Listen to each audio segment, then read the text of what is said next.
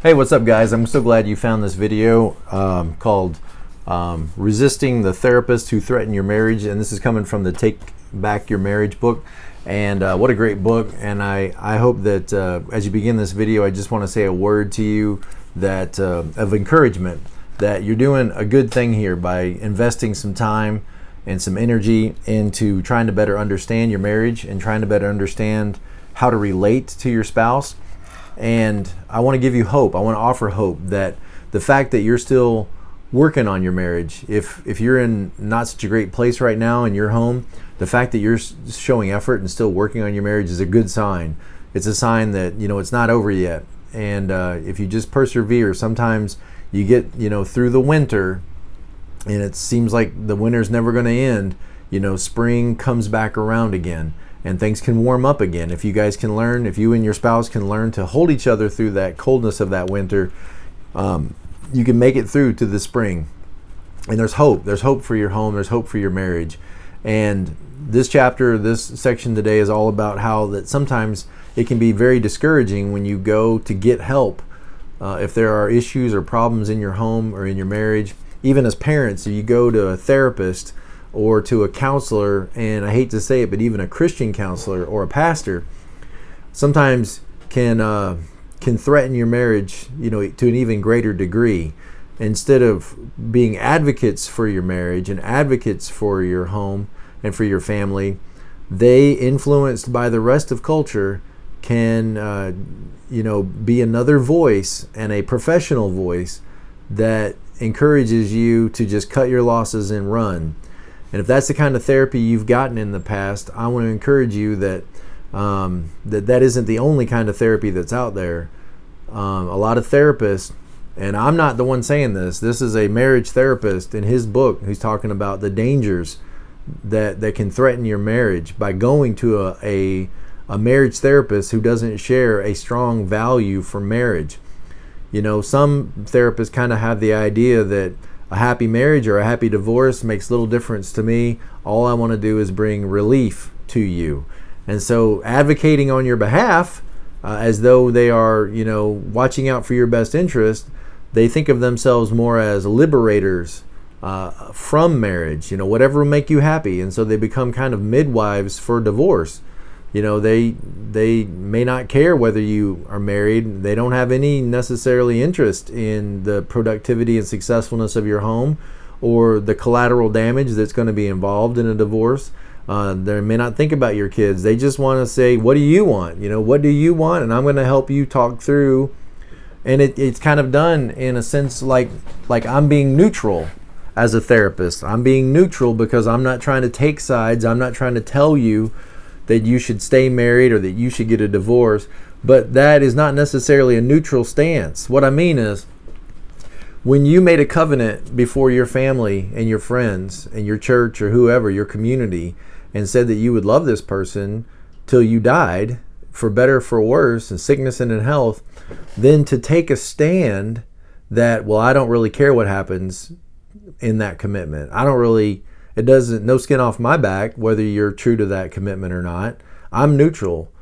To take a stand that you're not going to do everything you can do to support that commitment and support that contract, that covenant, is not a neutral stand. It's a disguised stand, but it's not neutral. And it's important for you to recognize that this therapist may not be a big believer in marriage. They may be a big believer in you and your happiness, and they realize that your marriage is causing you pain right now because the winter's cold. You may go to a therapist and find that they ask you questions and provoke you to move farther away from reconciliation. Sort of give the implication that, why would you stay in a relationship like this? It seems like you're miserable. It seems like you're overwhelmed with frustration. Why would you stay in a situation like that? Why would you stay in a marriage like that? The implication is that you're dumb, or you're stupid, or you're foolish, or you're naive if you continue fighting for your home, fighting for your marriage. So the word of caution from this chapter is that just because you make an appointment with a marriage therapist or a marriage counselor or a pastor for that matter, you make an appointment with somebody you think is going to help your marriage, they may actually facilitate its demise. So you think, well, things might improve now, things might get better because we have some appointments. And so, you want to use a little bit of caution and want to go into it with your eyes wide open, that not everybody is going to work, to try to reconcile your home. Some people are just going to work to tell you what you want to hear or tell you what's easiest because it brings immediate relief. It makes you feel better. It justifies your decision, and you go home saying, see, I knew I was right.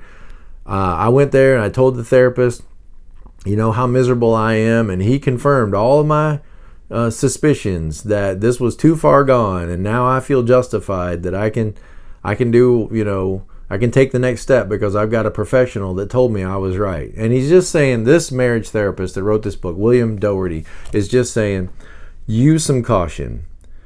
Don't assume that every therapist or counselor you go to is going to hold a value or a high value of the marriage relationship.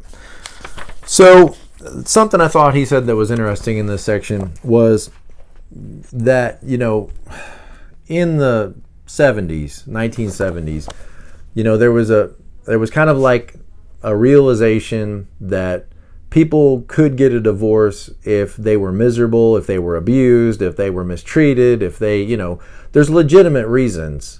Marital unfaithfulness, there's legitimate reasons why people could be divorced. But sometimes, like in the 50s, he says there was such a stigma in the culture that people would stay together that really probably should have got divorced, that had grounds for divorce. But then like about the 70s and into the 80s, kind of like the chains came off and there's no more stigma. One of the things he says that back in the 50s or 60s, it wasn't uncommon to see a newspaper article, where divorcee had an accident and crashed your car. Like that stigma of being a divorcee or a divorced person kind of got attached to you. You were labeled as, not a safe bet, a divorced person. And that kind of went away in the 70s and the 80s. And it became much more acceptable, much more culturally acceptable. As people went more and more into that mindset of the consumer-oriented mindset, it became much more reasonable and acceptable for people to get divorced and to be a divorced person. It was just like, well, there's a glitch, things didn't work out, and so, we went our own ways, and now I'm moving on with my life. In fact, it now kind of was applauded. Like, you stood up for yourself. You're not going to take that garbage. You stood up for yourself and you got out, and and so the stigma went away. And he said, these therapists that are kind of encouraging people to consider divorce, it's like they're fighting a war that's no longer being fought. They're generals fighting in the previous war. The war right now is not, can people be liberated from the stigma of divorce and get divorced and go on with a normal life? That's not the war we're fighting right now. What he points out in the book is the war we're fighting right now as a culture is, could we stay together? Is can we work through our problems and not just cut and run when things are disagreeable? That's the war that we're fighting now. The chains, that used to bind people, maybe when they should have had some freedom, the chains have turned into Velcro. And now every marriage, seems like it's fighting an uphill battle to stick it out because, well, if I'm bored in this marriage, or if it's not exciting, or it's not thrilling, or you're not responding to me the way I want you to, well, why should I stay in this? And I go to my therapist and they say, yeah, why should you stay in this? Let me help you facilitate a happier you, and a happier you is a single you. That the real battle that we're fighting now as a culture is not to be liberated from marriage and be a normal quote unquote person. The real battle we're fighting as a culture is, could we stay together and make it through this and come out the other side, stronger and healthier than we were in the past. So I want to be a voice. I appreciate what he's saying in this book, and I want to be a voice joining with those other voices that are in the current struggle and saying, I want to do everything I can do as a pastoral care person in people's lives and in couples' lives to try to facilitate a more loving marriage. I want to be an advocate. And I think something he said that was really good is the therapist should be the last voice that's holding out saying things could turn around, things could get back on track. You might not want to give up yet. That should be the voice of the marriage therapist saying, and I recognize I'm not a marriage therapist. I don't claim to be a marriage therapist.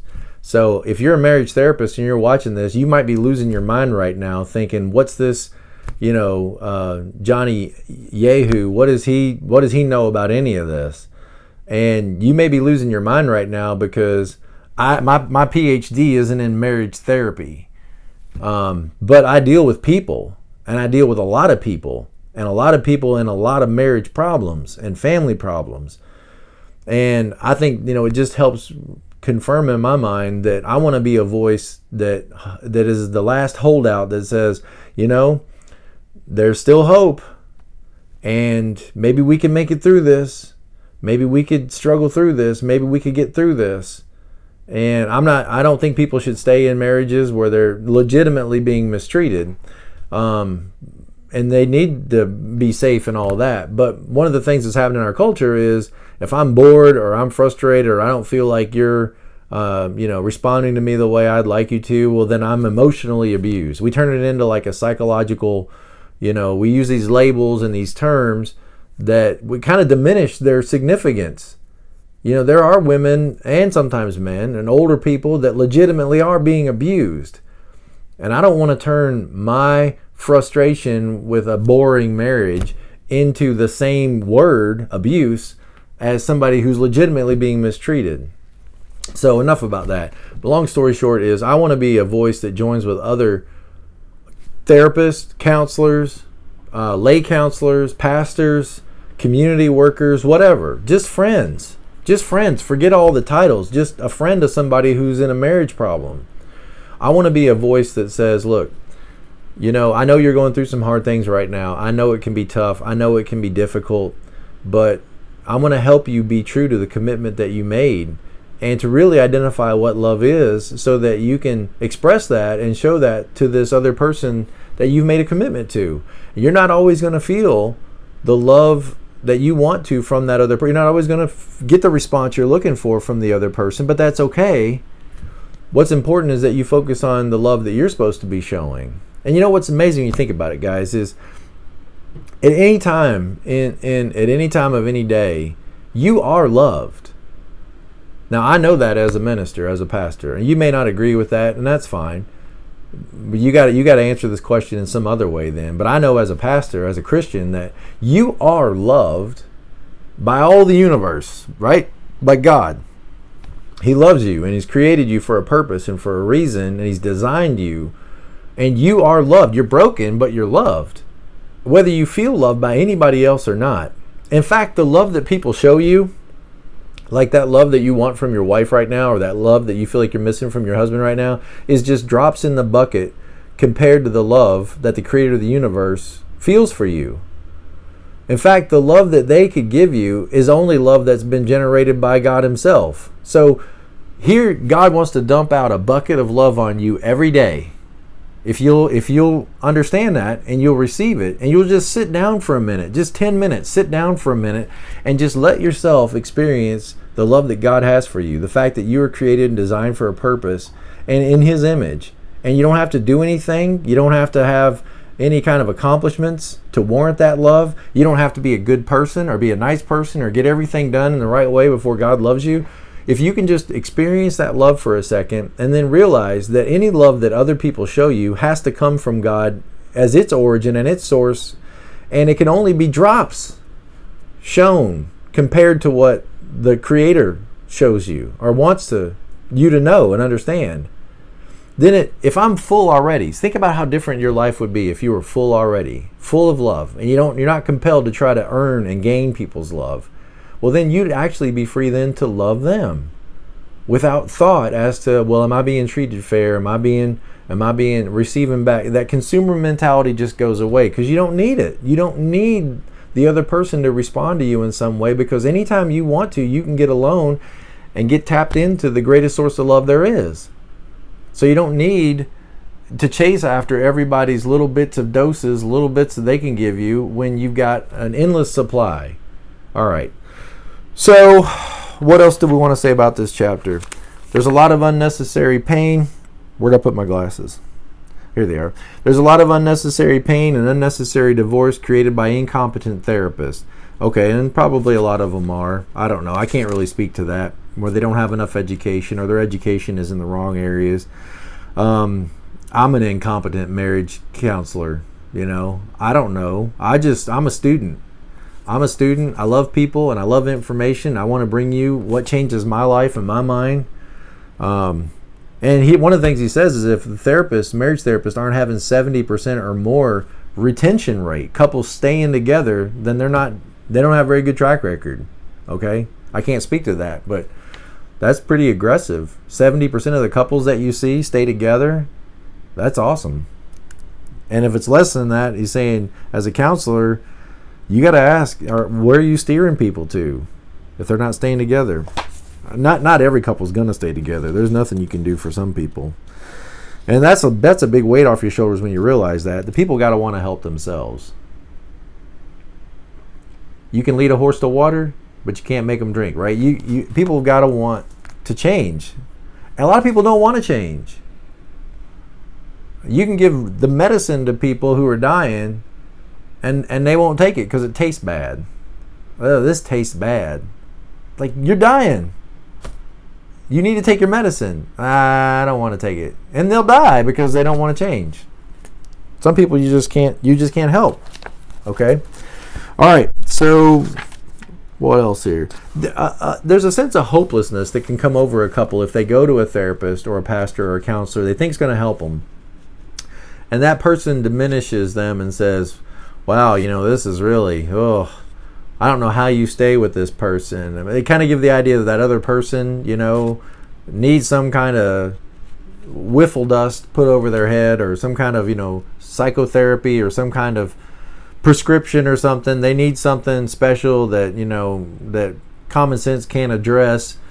And it just gives a sense of hopelessness. Like, see, this partner I'm with, my husband, my wife, they are broken. The therapist essentially said so.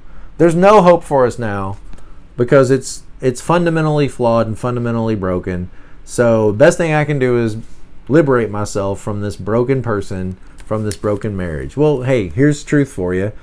You guys that know the Enneagram, all of us are broken. Hello? All of us are broken in some ways or another. We all got our impulses and our compulsions and our shame and our anger and our fear. We're all broken. But the cool thing is none of us are broken beyond repair. Redeemable. There's the word. Redeemable. Okay. If we will be a part of the solution, like I said, some people don't want to be helped. If you'll be a part of the solution. But giving people the impression that no solution is possible, that's, I think, what this author's getting at, is there's therapists out there that give the sense that, like, no solution would be possible for you guys. You all are a mess and there's nothing that could be done. Okay. And that way it can kind of undermine, what you're trying to accomplish as a couple. All right, so we want a therapist that has a pro-commitment value. Committed to your home, committed to your marriage, not just committed to your happiness, right? Not just committed to your happiness, but your long-term happiness, your joy, your home. All right. So let's see, what else? He gives a value statement for a therapist, and I want to just hit a couple of these highlights. I affirm the unique value of marriage as a lifetime commitment. Most troubled marriages can be restored to health. Again, he doesn't put the word all in there because there's probably some exceptions where people just, I don't know. But most, probably yours, is could be restored to health if both partners apply themselves vigorously to make that happen. In other words, quit blaming each other. You're the problem. You're the reason. And what can I do to get active in turning things around. So I got to vigorously apply what I can to bring positive change into this home and preserve the marriage and find a better path to a better relationship. So love and fairness go hand in hand. I promote the needs and goals of both partners, not just I take one person's side against the other. You're right. He is a jerk. I can't do that. All right. Because marriages have other stakeholders, especially children, I help couples see how others are affected by their success and failure as a couple, as a marriage. So I want to remind this couple that it's not just about you and about your immediate personal happiness, but you're connected to a larger network of family and friends that will be affected to a greater or lesser degree by the decisions you make as a couple. Let's see what else in here. The couple has the ultimate responsibility to make their own decisions. So I'm not making decisions for you, and I'll respect those decisions even if they're different than what I would suggest or what I think should be done in your marriage. That basically summarizes his value statement. I think it's helpful. If you're going to work with people, you're going to be a people helper, then you kind of need to think through, your own value statements, because those values will color and affect the way you try to help, the kind of advice and counsel and encouragement that you give, and even the questions you ask, the assumptions that you have about marriage and the nature of marriage and the importance of it and personal happiness and all that are going to affect and color the way you try to help couples. Well, I think that pretty well summarizes this section.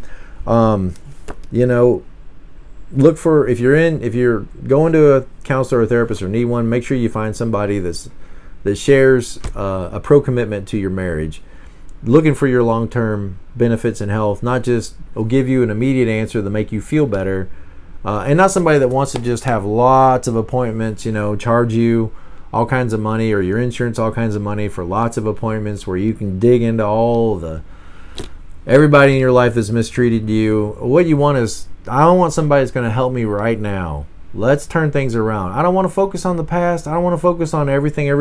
Love keeps no records of wrong. I don't want to focus on everything everybody's done to me.